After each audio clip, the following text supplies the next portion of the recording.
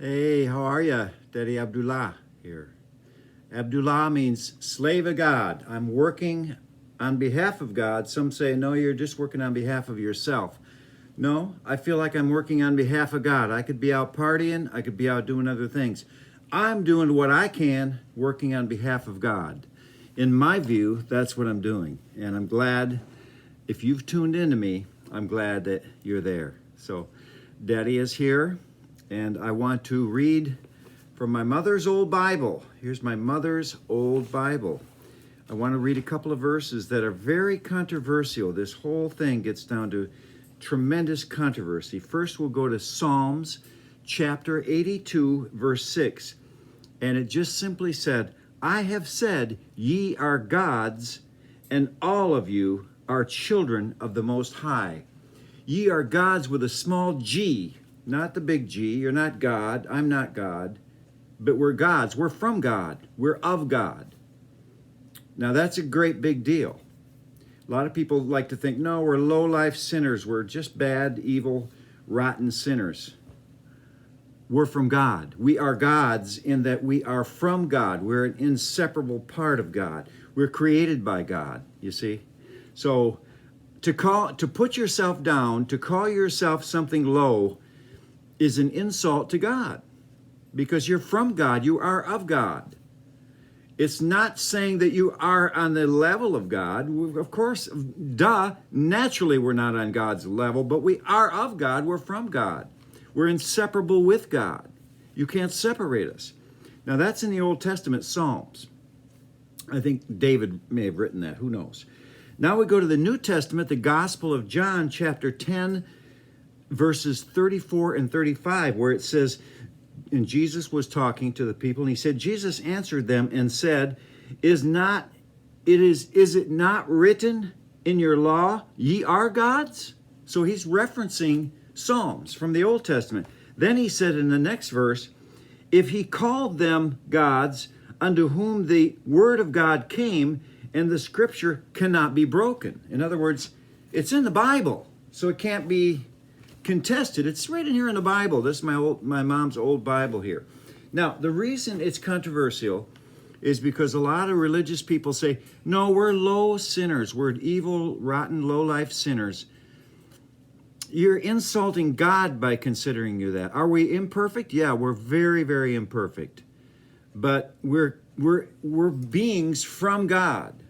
So don't put yourself down. You're putting yourself down when you call yourself a low life or an unpleasant person or an evil person or a bad person. Don't use that mindset. You're putting yourself down by doing that. You get it? I hope you get it because this is really important. It really is. Now, to go on, to be a part of God is to recognize that God is, we'll use a metaphor of the ocean. God's the ocean, and we're a surface ripple on top of that ocean. Now, that's not putting us equal with God, but it also is at the same time putting us inseparably a part of God. I'm not going to go around belittling myself, putting myself down, criticizing myself to do so, or I'm not going to do that about life. I'm not going to criticize life. Somebody came to me this week and said they feel like they need to commit suicide. And honey, I'm praying for you. We're going to talk this out. You're not going to do that. You're from God. You are a part of God. To destroy your life is to destroy the gift God gave you in the form of a human manifestation. You see? So you don't want to do that. And we'll talk about how the greatest of our struggles, we can come back, rise above, and overcome those things.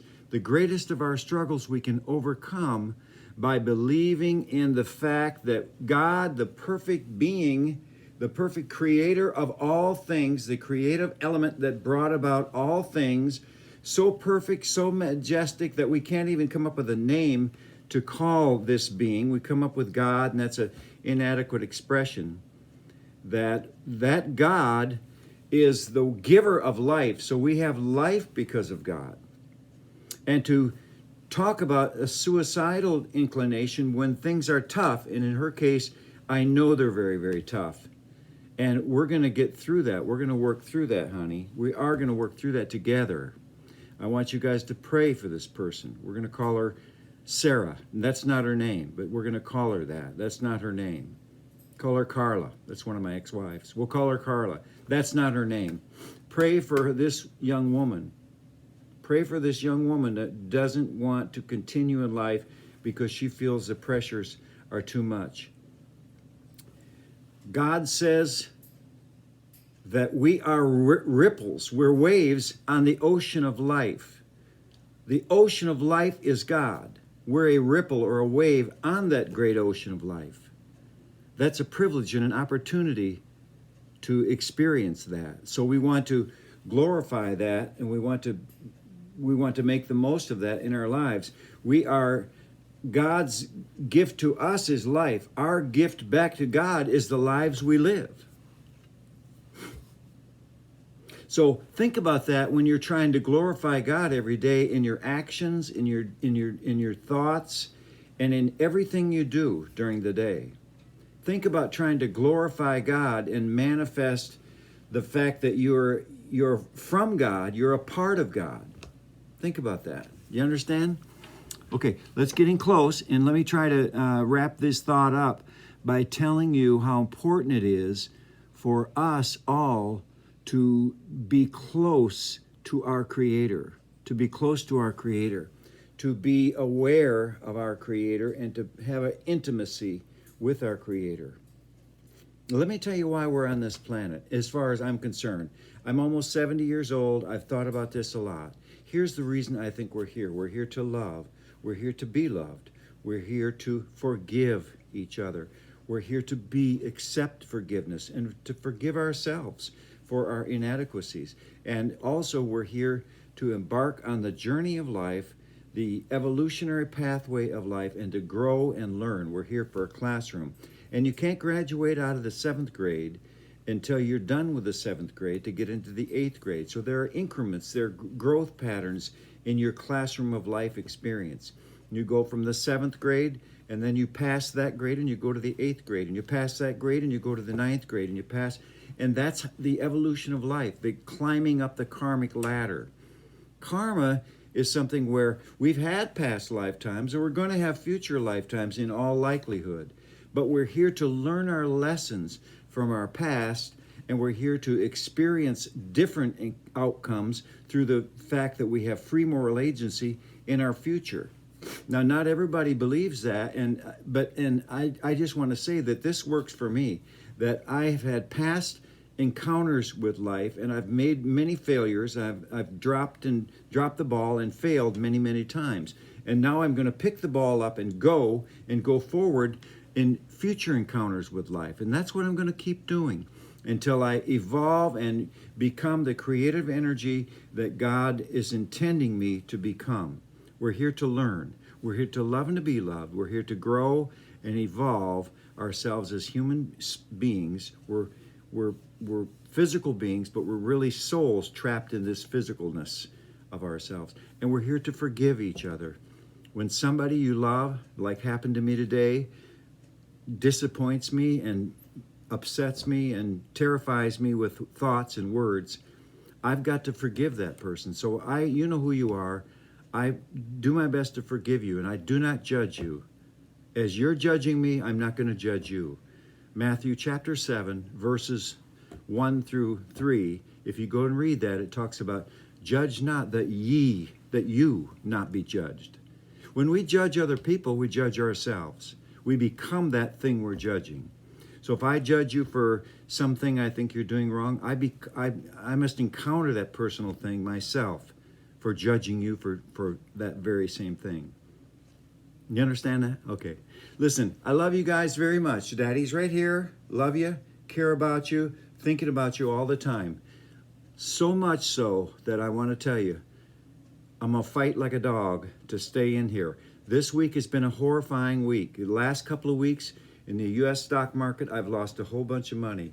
Some people would turn and run like a chicken, run away. And I've been tempted because my losses are great, but there are millions of others of people that lost too. But I lost a lot, and a lot of what I lost was what I intended to finance my program with Africa We Love You, LLC.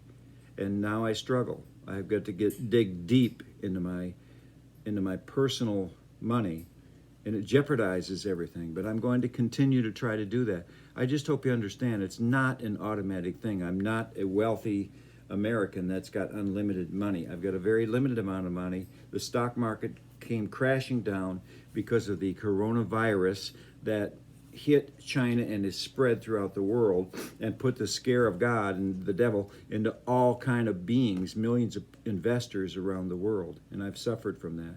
But I'm going to continue to go forward and do my best to go forward. Why? Because I'm not really a mere mortal.